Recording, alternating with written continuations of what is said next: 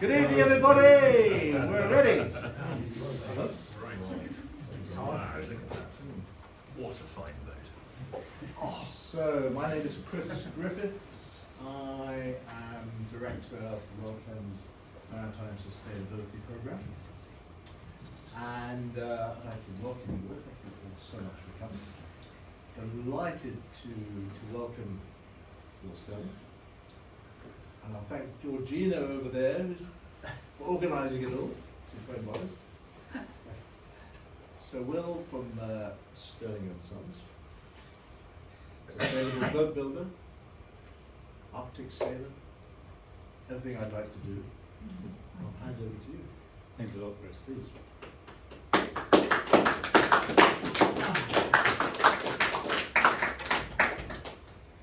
Good evening. Thank you to you all for coming to listen to this presentation. Am I speaking loud enough? Can you hear it? Yeah. I'm getting a bit deaf, Will, so swear a bit louder. Only you can interrupt to ask me to speak louder if it's too quiet. The presentation is divided into three sections: designing and building the boat, preparation voyages, and the Northwest Passage. Integrity is 43 feet on deck and weighs 23 tons. Here is a picture of the finished boat. To design a boat, one starts with a blank piece of paper and draws the waterline. Presuming navigation is going to plan, the water is certain to be there. So the water is drawn to the waterline.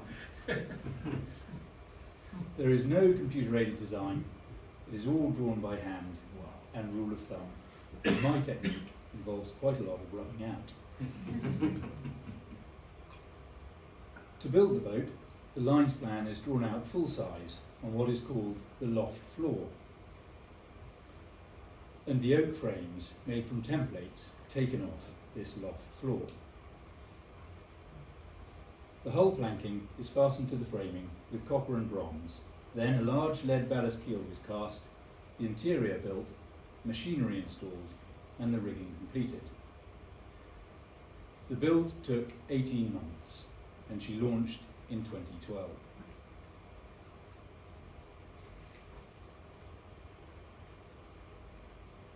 Five years of use in all seasons and within hailing distance of the shipyard had allowed us to test and improve the boat, and also to teach ourselves how to sail her. Much was altered and refined. Meanwhile, as a result of building integrity, our shipyard at the #1 Covered Slipway in Plymouth began to flourish. We built up a team of craftsmen and turned wooden boats like this into this.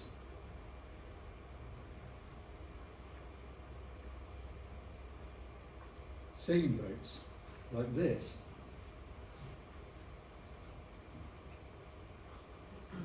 Into this.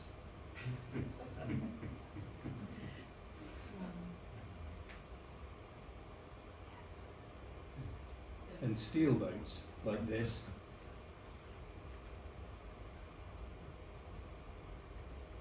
Into this.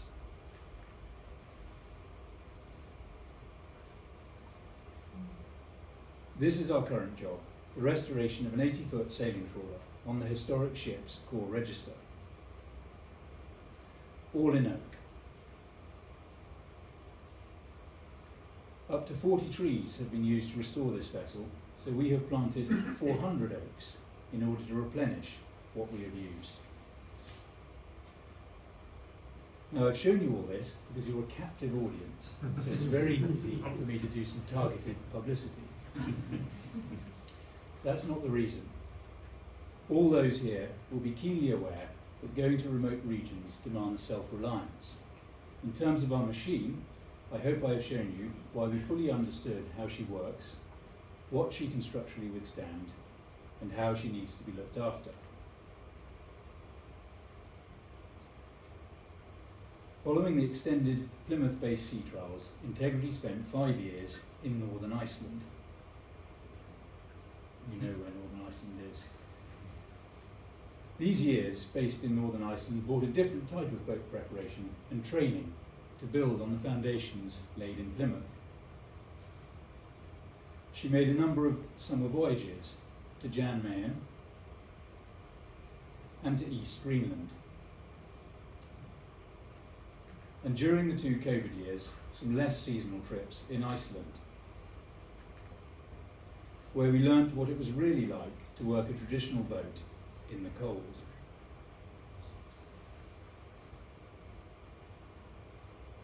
Each successful voyage cultivated a deepening assurance in the qualities of the boat and the crews. We also learnt about ourselves, having to deal with the boat and manage our own behaviour when tired, cold, hungry, and at times frightened. Facing these problems is to gain experience. We summited Beerenberg on Jan Mayen.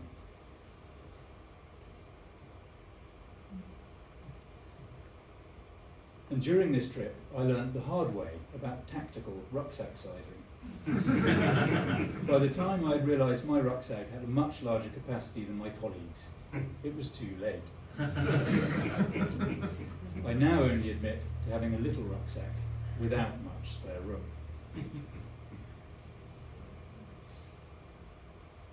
Crucial for our future plans, there was also developing experience of navigation in ice.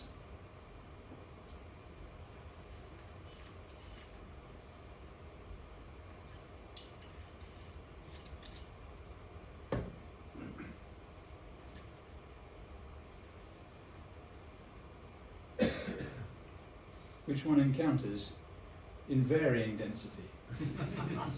Developing experience of navigation in ice was closely followed by developing experience of navigation in fog and ice, and understanding that the digital charts so helpful in fog are not accurate. Here we are, sailing over a mountain. Versatile bird. Depths in Greenland are profound, and the seabed can come to the surface remarkably abruptly. There is a story told about a sailor visiting Greenland who reported that the moment before their boat hit the rock, it was too deep for the depth sounder to register. Great depths can make anchoring a difficulty.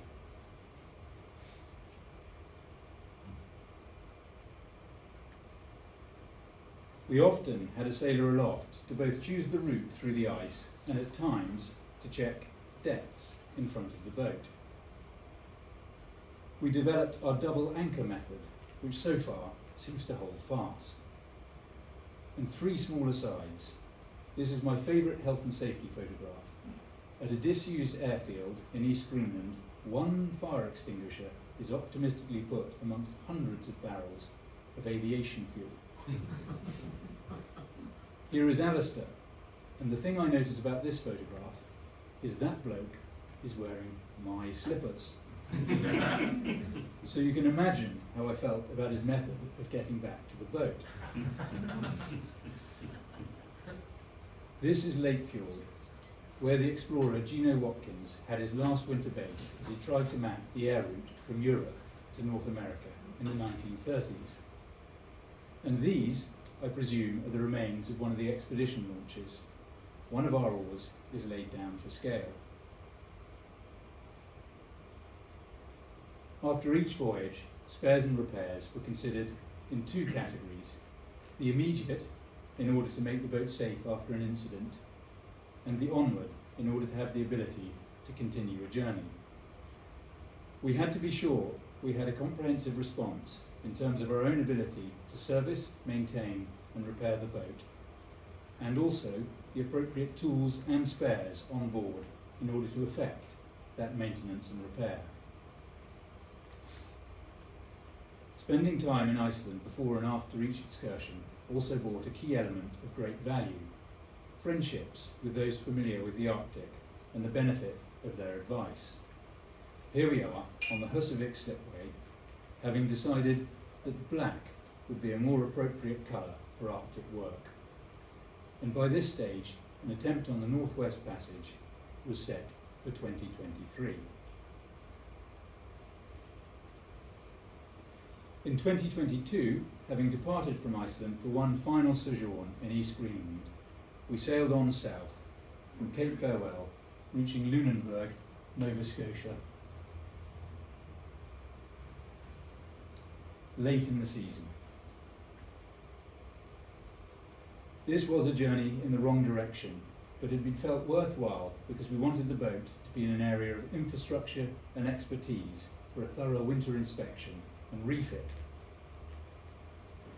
The aim of the work we were asking the Lunenburg boatyard to complete was to remove any element of doubt as to the structural condition of the boat where things could not be immediately seen for survey.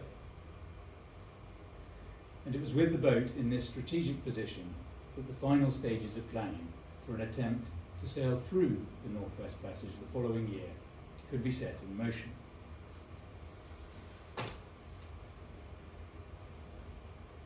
We were very fortunate and very grateful to receive support from the Gino Watkins Memorial Fund, the Andrew Croft Memorial Fund, and the Arctic Club.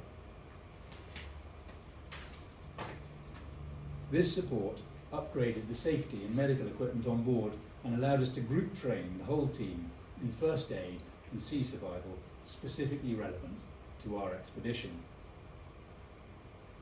We were also very lucky to pull together such a highly experienced and skilled team of very chilled out people. It took a few attempts to get a serious photo. Everyone in the team had both their area of expertise and also their delegated area of expedition preparation, so there was a real momentum in the final months of organisation.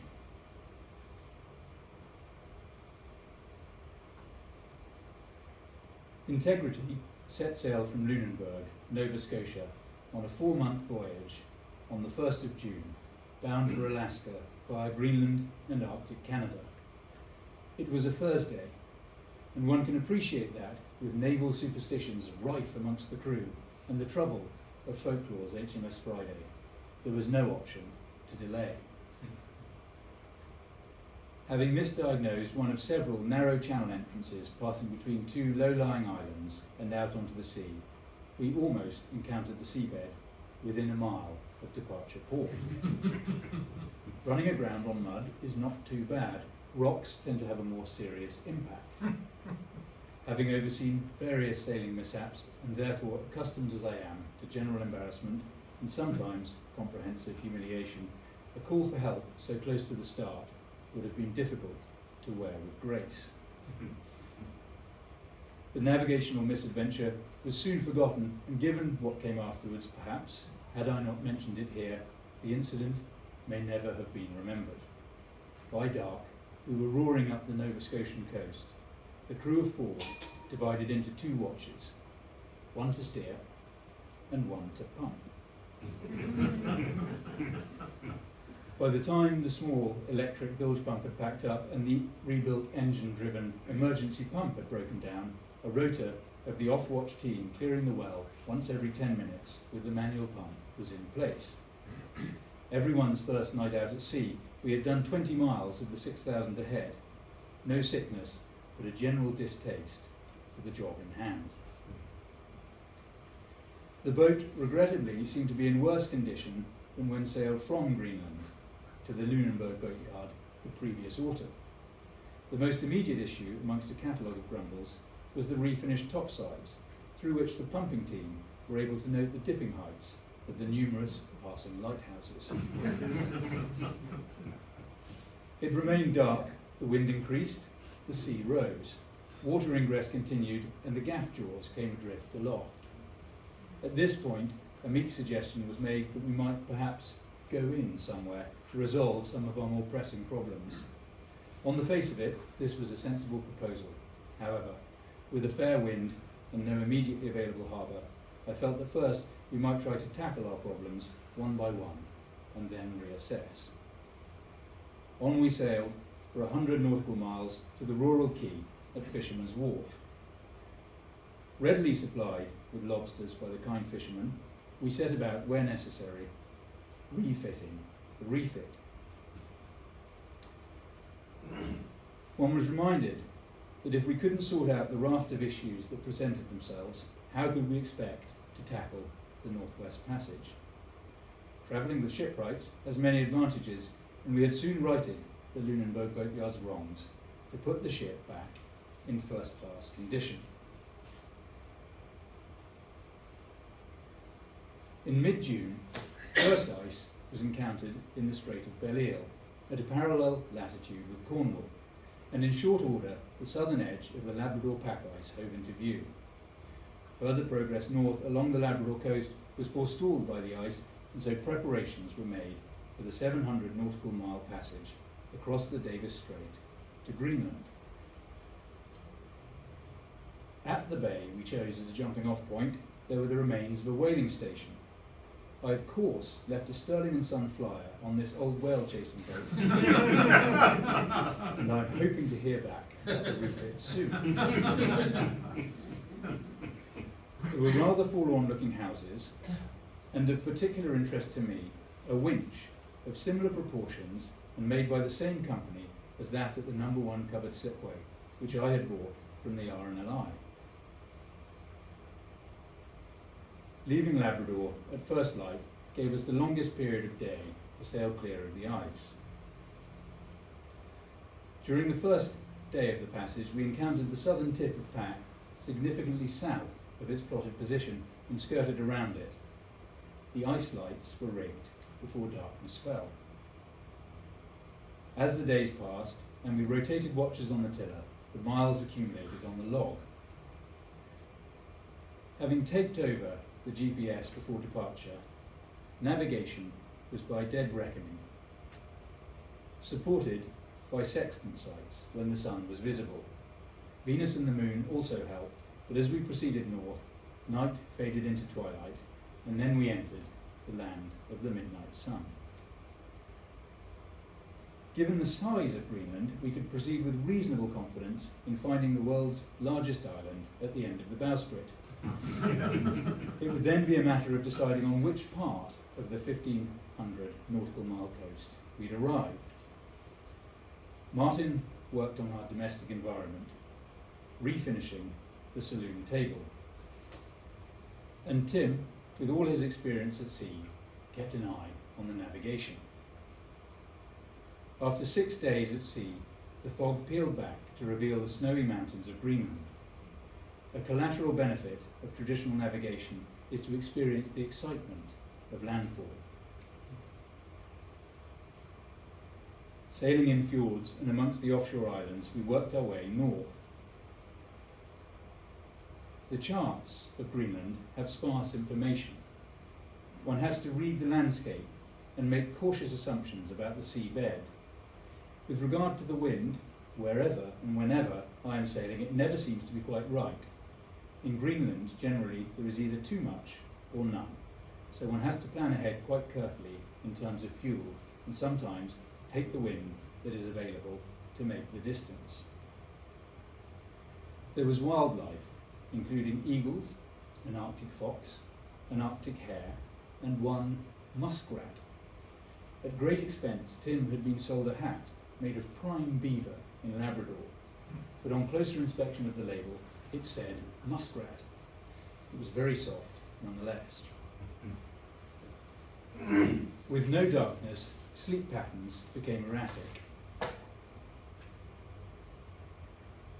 We might tackle a mountain at midnight, and breakfast at 1600. As we sailed north, work on the boat continued all of the time in order to keep everything operational and be on top of wear and tear before things broke and caused a bigger problem. On reaching Disco Bay, ice concentration increased. The pack ice is frozen sea surface. This ice moves with the wind and continues to freewheel when the wind has ceased. The icebergs are chunks of glacial ice cap that have carved into the sea from the numerous glaciers. The icebergs are deeper in the water than the pack ice and are affected by sea currents, which can move them in directions contrary to the wind. This means that there is quite a game of chess going on in the mind as one tries to work out where it is safe to anchor, given existing weather conditions and predicted weather conditions.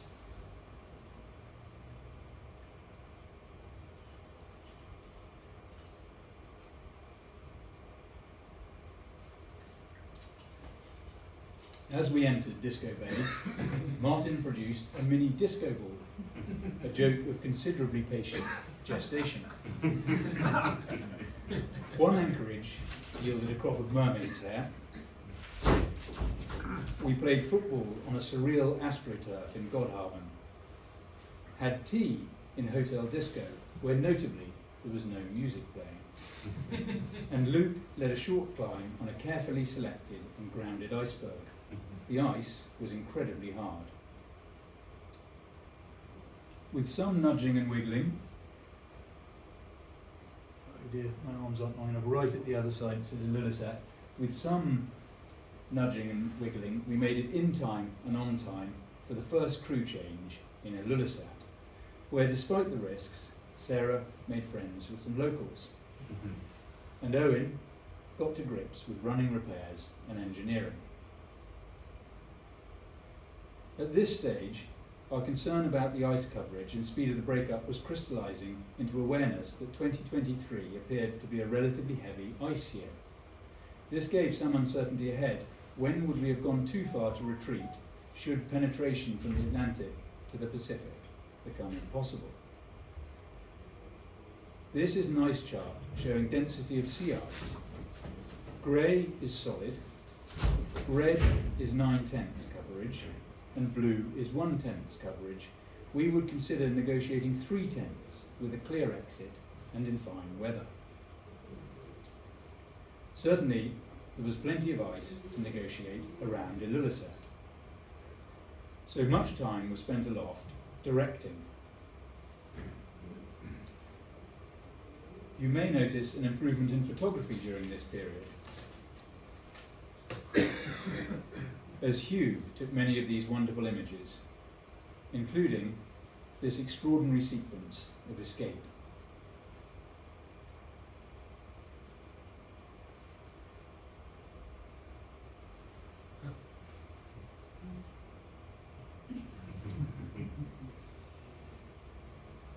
Approaching the North Water, there were numerous large icebergs, and we revelled in the scenery as we waited for the pack ice in Melville Bay to dissipate.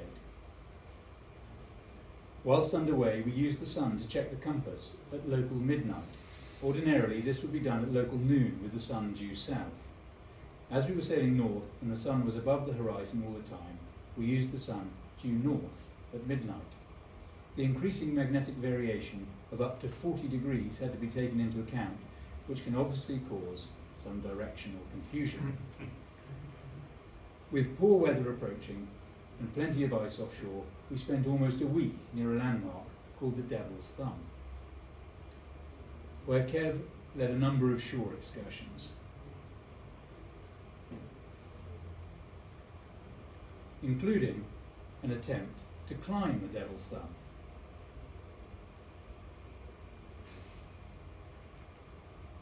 From which we turned back due to a lack of specialist rock climbing gear.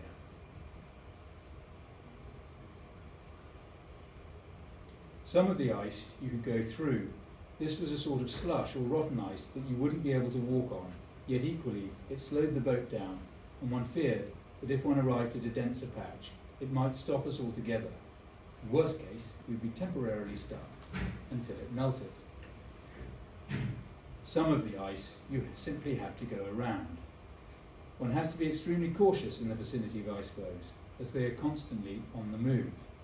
As they melt, their weight distribution changes and they roll over, or chunks of varying size fall off.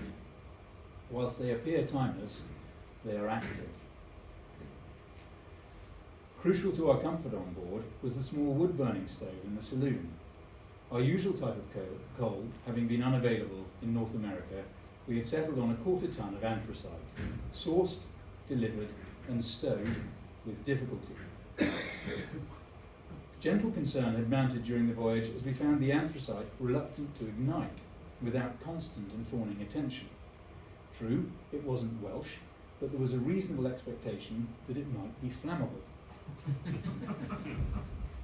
The riddle was finally solved by taking a sack ashore and crushing the anthracite rocks into pebbles with the lump hammer, a dull task that involved the frying pan as an anvil. With the crushed anthracite in the stove, it would roar for 2 hours and then go out. An opportunity in terms of pack ice distribution and weather arose for an attempt to cross Baffin Bay. Our route across the North Water was rather meandering in order to have least exposure to pack ice. 3 days is quite a long time to spend in persistently thick fog with blue sky above the masthead. And when it did finally clear, we got our landfall on Devon Island and raised the Canadian courtesy flag. With few opportunities for sunsights, the passage had been largely by dead reckoning. The ice became progressively thicker, and we felt we ought to know exactly where we were, which was 16 miles adrift from my estimate. Having altered accordingly, we arrived at a desolate anchorage in Canada, where we were met by a group of wonderfully grumpy characters. And I'll be quiet for a moment whilst we watch a video.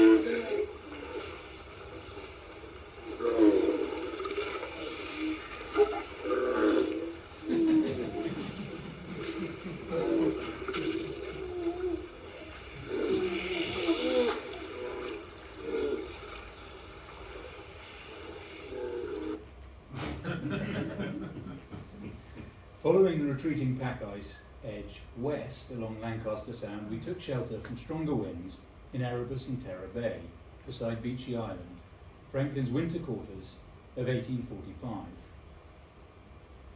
With the wind blowing off the ice to the north, the conditions were clear but cold. I'm sure for some the whole enterprise would be extraordinarily dull, but we found every day there was something new to do. An Icelandic fellow told me that it is type B fun, not the high input enjoyment of a party, but an experience that should feed the soul. I understand that people knew about this in the past.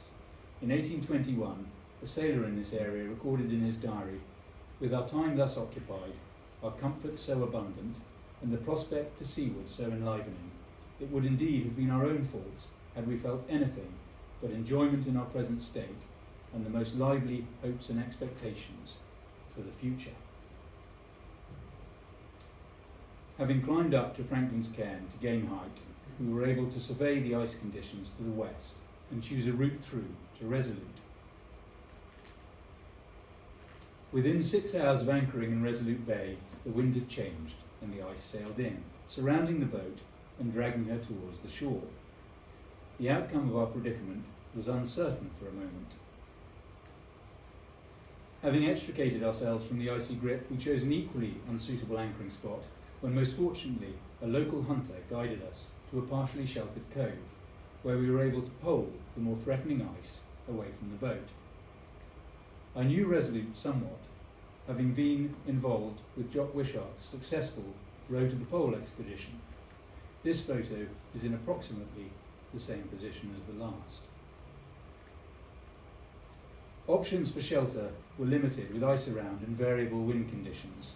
We sought and heeded more local advice from a Row to the Pole Inuit acquaintance, moving to a secluded bay nearby from where the Resolute Royal Canadian Mounted Police detachment kindly facilitated the final crew change. We remained cornered near Resolute for 12 days, initially by ice and then by a storm. The word is not used lightly. For 5 days we were confined on board, unable to leave the boat because of the sea state. Luckily, we had forewarning and had chosen our anchorage carefully, both in respect of wind and ice. With 36 hours of moderate weather between the next low pressure system and the ice having finally been dispersed by the wind, we agreed to take the rough with the smooth and get into Peel Sound. Down Peel Sound, across the St. Roch Basin and through Ray Strait led us to Joe Haven, which Amundsen found in 1903 and where he overwintered for 2 years, calling it the most perfect little harbour in the world.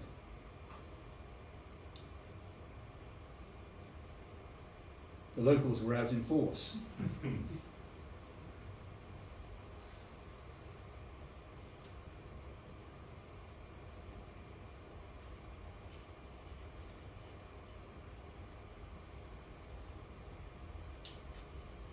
Oh dear, one of those got stuck.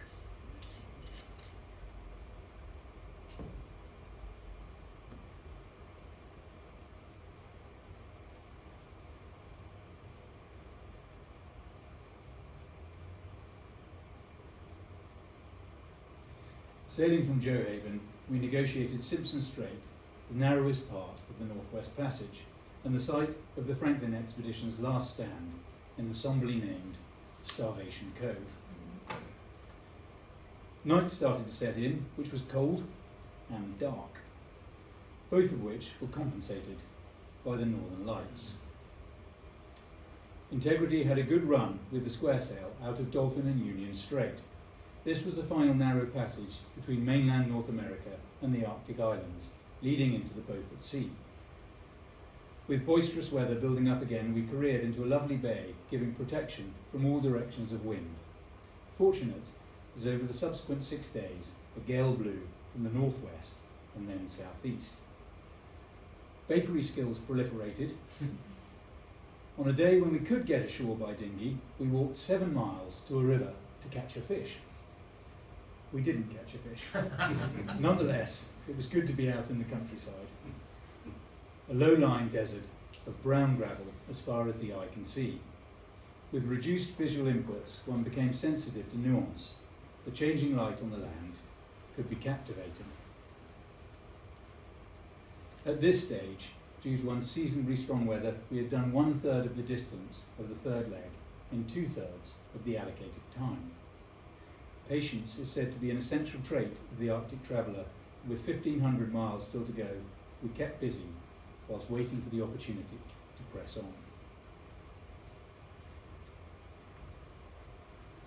At this stage, we're just here.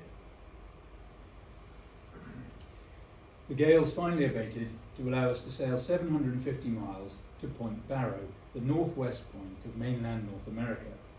It was a helter-skelter journey in order to make the most of the reasonable weather. There were only 2 brief stops during this period of pressing on, between the pack ice to the north and the coast of North America to the south.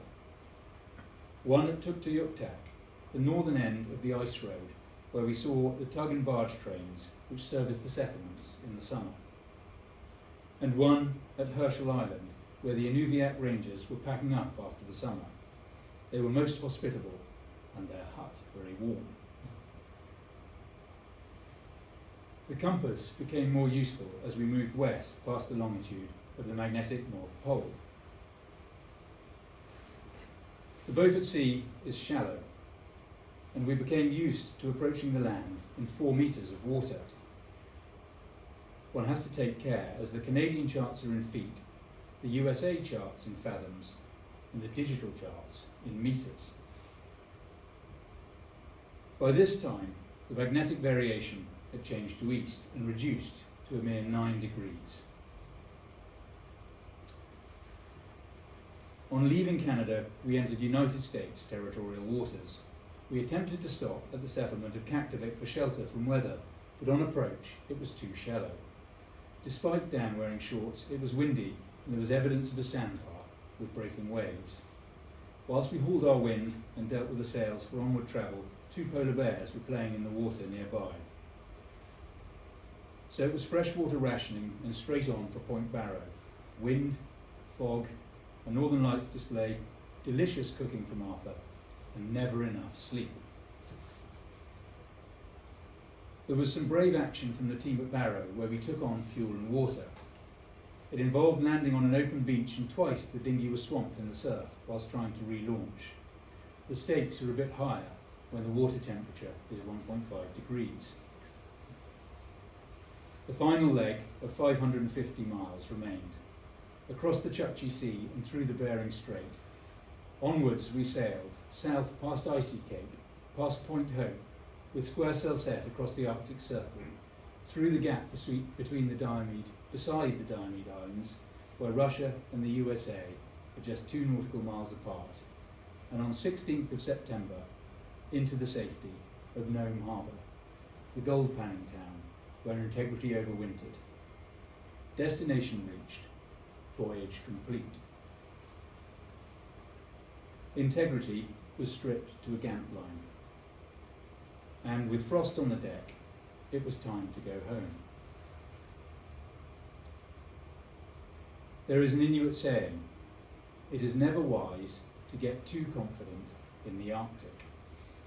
In respect of this, heartfelt thanks go to the sailing team: Tim Marchant, Luke Brown, Martin Oates, Kev Oliver, Hugh Coulson, Sarah Stirling, Owen Nye, Dan Kagenvan, Arthur Hamill, and Alistair Flint for putting up with everything expected and unexpected in such an affable manner.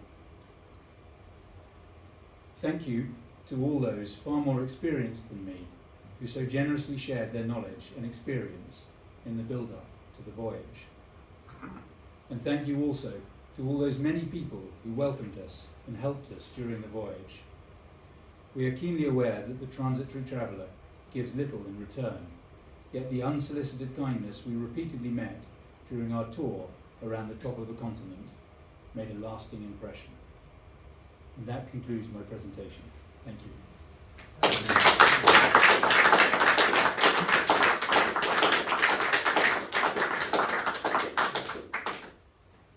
you sail back again? There was more to see. Questions? Yes. Questions, anybody? Oh. How many days did it take overall? Well, I said 4 months at the beginning, but then by the time I said 16th of September at the end, I realised I hadn't said the right thing at the beginning, because that's 3.5 months. So my maths says that's 105 days, 30, 60, 90, 105 days. Something. Thanks for sharing your epic trip. Very jealous indeed. I was curious today, you talked about your preparation. You said you had a number of winter seasons or seasons preparing the boat. Can you just tell us a little about what you were focused on? One, in terms of vessel preparation for this trip, and maybe a little bit more about the crew and that side of things. Yeah, I'll try to be brief because that could go on for a bit. I'm sure. But, High level. Everything develops, so this wasn't the target when I built the boat. I think when I make something, it's never quite right, and I always find that there have to be improvements. And so as we started to use this boat, I could see things that could be better, or we broke things. I mean, it's still going on now. Every year I come back with a list of could be a bit better. So that's an ongoing evolution. In terms of the crew, is that enough on the boat? Well, I'm just curious, is that to do with rigging, or it's to do with material? It's timber, everything. It's to everything, do all those with things? where a little door handle is placed. Yeah, okay. This year we put in a cutlery drawer because they were in a box in the cupboard. That was inconvenient. It's constantly evolving, so it is genuinely everything. Nothing's ever good enough. In terms of the crew, one has to be very careful because you hear tales of crews falling out, and we've never had that, touch wood. But I take great care with trying to give people reasonable expectations of what they're getting into. And also, I tend to like to know them before we go. You'll notice that this particular voyage was split up into 3 crews, and that's because you want people to have light at the end of the tunnel. You ask people to sit in a small box, throw them around, and tired, wet, cold, hungry maybe, but frightened at times for 105 days, they're probably going to fall out at some point. But if you shorten that period down to 3 or 4 weeks for each crew, there's always light at the end of the tunnel. And we spoke about behaviour before we went on board. Everyone wants to come away being friends with each other. You might want a bit of space, you want to see each other again. You need to keep those things in mind because that's crucial. It would be mad to be falling out in such a wonderful place. Is that okay on the cruise? That's very helpful, thank you. What were you wearing on deck? I noticed going to Disco Bay. Top hats mainly. Didn't appear to be life harnesses. Oh, I see, yeah. That does sometimes come up. So again, things evolve. When we first started the voyages, the protocol was as soon as the boat is outside the pier heads, if your head comes out of the hatch, you have to be clipped on. Jack skeleton. We found that was both impractical and not very enjoyable. So the protocol has become, if it's dark, as soon as your head comes out of the hatch, you've got to clip on as you go out, because you can get thrown out of the hatch as you're coming up through. In the day, you make your own decision. So it's mandatory at night to be clipped on, but in the day, it's the individual's decision. There's one rule on the boat: don't fall overboard. And I try to explain it very clearly that I don't mind how many life jackets you have on. If you fall overboard, we'll be recovering the body. You will be dead. We do our best to pick you up. We put AISs in the life jackets, lights. We do regular man overboard drills. But that's really, if you're aware that it's a body recovery drill, then you're going to be extremely cautious about staying on the boat. What were the outer layers? you're wearing? Of clothes, actually quite like the fisherman stuff. That's Those right. yellow, big yellow, nice big ones. You can get clothes underneath. And we also had some survival suits, which I think you saw in the later photographs. We've been advised to get some of those, and so we put them on board at the beginning of the trip. Didn't really wear them very much until the end, when it was basically more miserable, so they were nice to have on. Just for warmth. For warmth, really, yeah. They were quite bulletproof. But otherwise, just like sailing in winter here. And the bird and bear photography, was that taken by remote camera? A little bit of that. Very Yeah. Poor chap didn't come back. No, it was we had a drone on board, which was really useful too for the ice. There was when my navigation wasn't very good and we were approaching Canada, we were getting into thicker ice, and we sent the drone up, which showed us the route to get out of the ice. Get better than that. Oh, Get higher. So it's all about height. Amazingly, the higher you get, you can climb up on an island, and then that really shows you a route through what may seem impenetrable when you're at sea level. Sorry, Paddy. No, this wonderful, intrepid story where I'm bowled over by this. It's lovely. Would you just say a little bit more about the navigation? I mean, you obviously chose to turn GPS off to start with. And with that sort of magnetic variation, and you never know where the ice is going to be, how did you find dead reckoning in those sort of conditions with dodgy charts and dodgy compass? Well, we seemed to find our way. Lot of fog. Again, this was a sort of pan crew option, if you like. I said this is what I'd like to do. Everyone happy with that, and we talked about it, and everyone was happy with it. It might sound a bit funny, but mainly that was a coastal voyage, and so it's coastal navigation. There was only really one long passage, and that was over to Greenland. And yeah, the variation is an issue. You've got to be able to see the coast though through the fog. You've got to be able to see the coast, yeah. But we came into soundings, so we knew we were approaching, and then it lifted. With the ice, you get ice charts, and so that plots is a historic plot, and that's why it was a bit different, because it sends it out at 6 o'clock, but that's it's been up to 6 o'clock, and you don't get the next one until 24 hours later. And it does move around, surprisingly. When it's going 1 knot, that's 24 miles. So I probably haven't been very concise about that. Why were we doing it, maybe you're saying? Because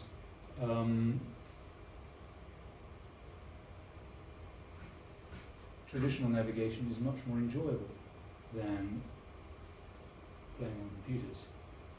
And I don't want to sit there looking. I sailed across the Atlantic once, and we had a rolling road. It was, I suppose, the early days of GPS. It was just like a computer game for days and then following this rolling road.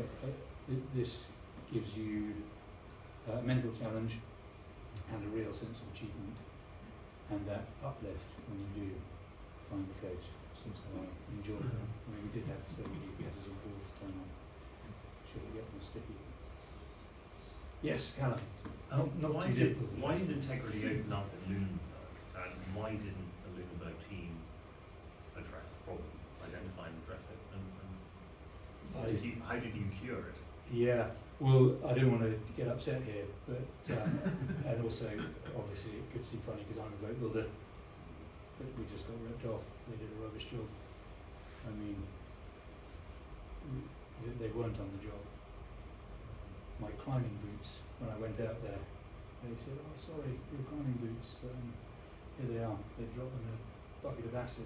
The soles were about this big. Oh, I'm going on a sailing and climbing expedition. Why didn't you tell me during the winter? And what am I going to do now? No offer of, do you want us to get you some new ones? So it was that kind of thing. They were not on the case. I didn't go over there. Probably I should have been over there. And, checked it all out, but I felt Did she that I'd just be able to close manage up on her it own? remotely. Did you have to recork her? So what happened is, I had the top sides refinished, and when we got there, you could see through them. I mean, imagine if I'd done that to Renamara, how would you have felt? I couldn't think of behaving like that. So we were all quite shocked, and our plan of action of what we need to do to the boat to get it ready to go completely changed.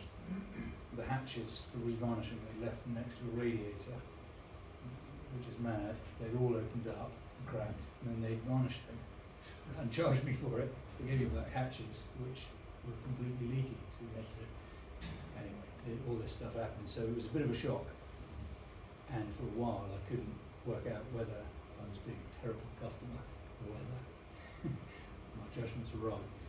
Anyway, we got it all sorted. She leaked, but I wasn't going to stay in Lunenburg and let the expedition be impacted by things I felt I could handle, because if we started losing weeks fixing the boat, it would have not started, it would have been stopped before we started.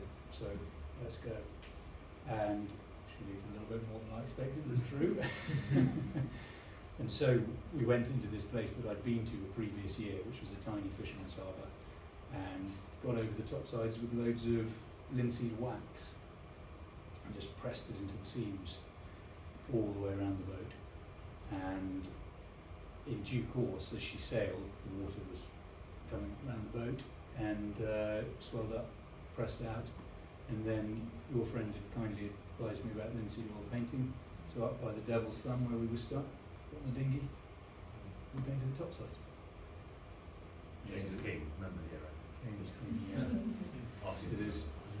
I mean, you can always find problems to stop you. It's very easy not to leave the quayside, but everything's solvable. You just got to get over it and stop whining. Jock. How did you find the accuracy of the charts up there? Much better on the Greenland coast than on the West Greenland coast than the East Greenland coast.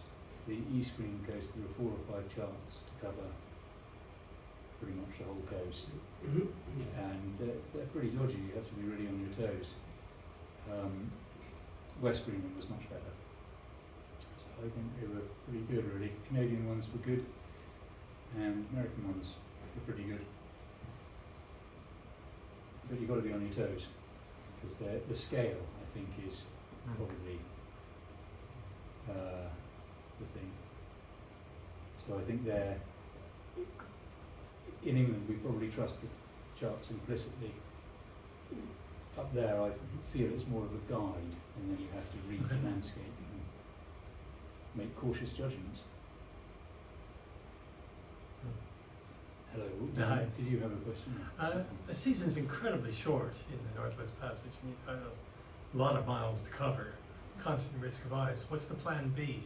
What contingency planning did you do, and were you prepared to, what would that have looked like?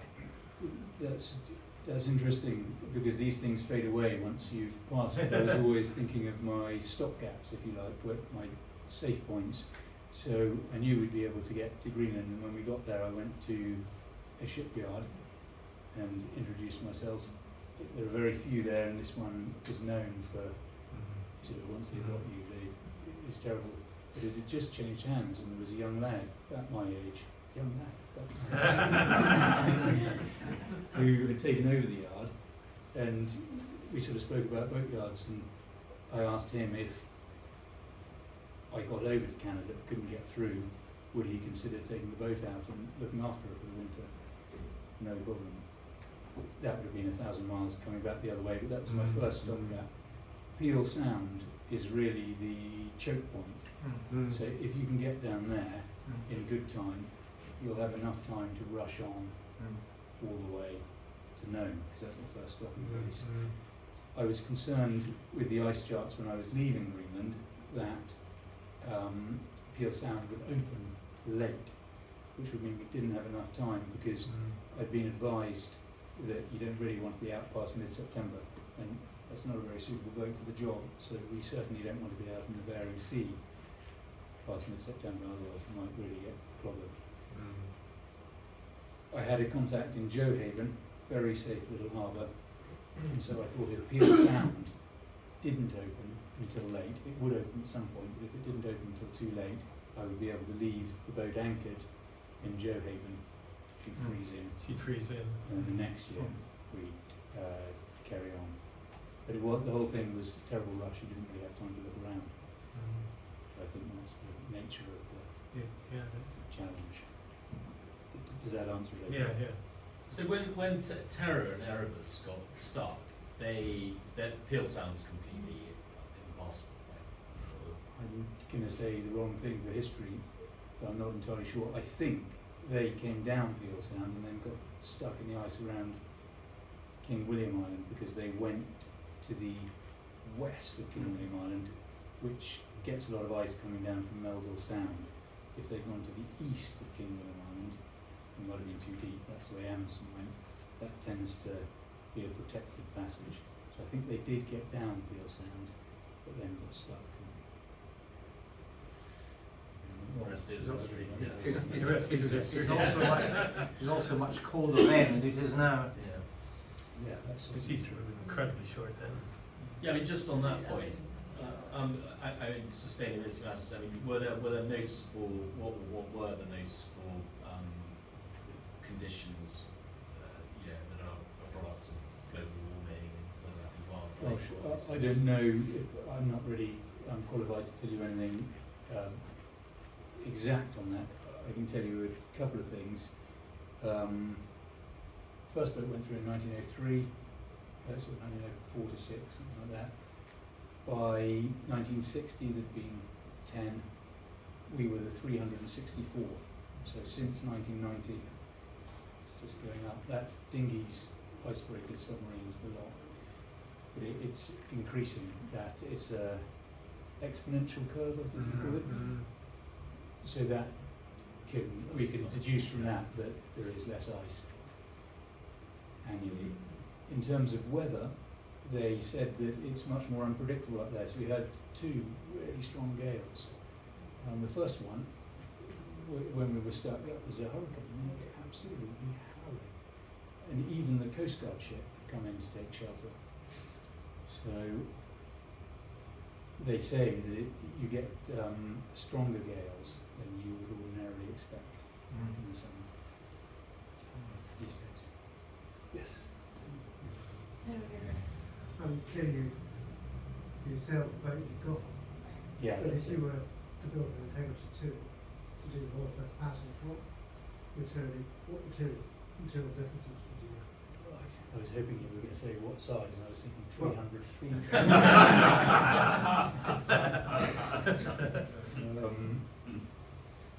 Well, I quite like wooden boats, so I could do the same. I think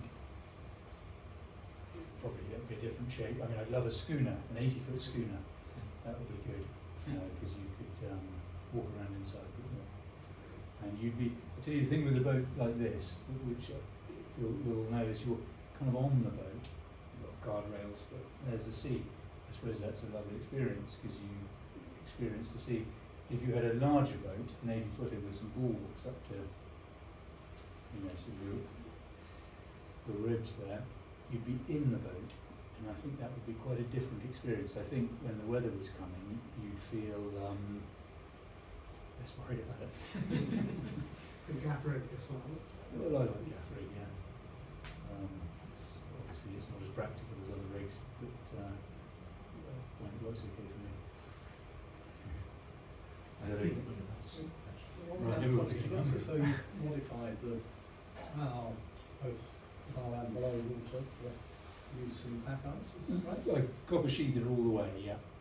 And it's slightly higher at the bow as it comes round, and the sheathing's 1.2 millimetres around the waterline and then 0.9 millimetres for the rest of the boat. It goes right round the boat. That's not really for bumping into ice, that's for this thin brash ice, because when the sea surface freezes, I'll be very brief.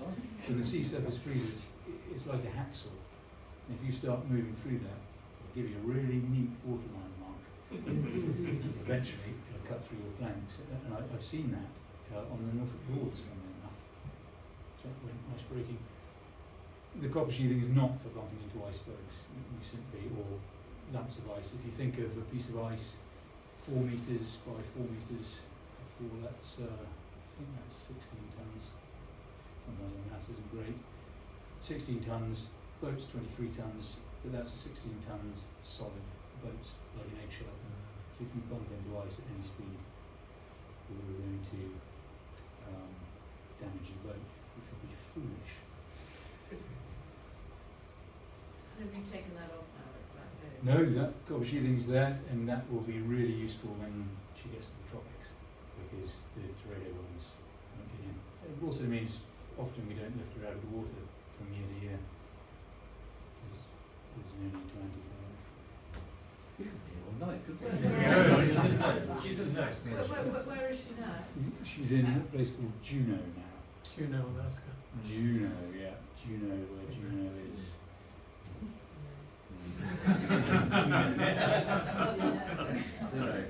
It's the capital of Alaska, basically. But none of us have heard of it. I've been there. Yeah. You've been there? It's not much there. Pretty quickly, what's the rough percentage of the whole journey that you spent under sail compared to motor? Oh, that's a very good question. Laura, now you've pulled the rug from underneath my feet. You do a lot of motoring in the Arctic. I don't know a percentage, but especially for England, you do a lot of motoring. I think what happens is you take the wind when you can, especially along that north coast, which was a very long stretch, and we didn't have quite enough fuel to get along there. But generally, with your passage planning, you have on board enough fuel to get from one fuel depot to the next fuel depot. How about with your tanks? We had 420 litres in the tanks. You go at roughly 1 litre per mile, 5 miles an hour, 5 litres an hour. We had about 60 litres of jerry cans, and then I had 2 bladders on the deck of 100 litres each, which if we had a longer stretch would fill up, but they were a bit of a pain. And a water maker? No water maker, no, because it's all pouring off the land, so you're just drinking from the streams, fill up in the streams. I think you're going to have to come back. I have to stop because people have got other plans, I guess. 2 thanks. Firstly, to Jock Wishart, who did go to the North Pole. Should come and tell us about it sometime, John. Yes, please. Introducing me to Bill. But that was one of the best talks. Thank you so much. Absolutely amazing. Your sense of humour, you obviously had to have that on the boat. There must have been times. There were always times. And I suppose if anybody wants to build an 80-foot schooner, Oh yes. slightly smaller one, a sustainable boat. Anyway, thank you once again. Thank you. Thank you. Of course. Thanks,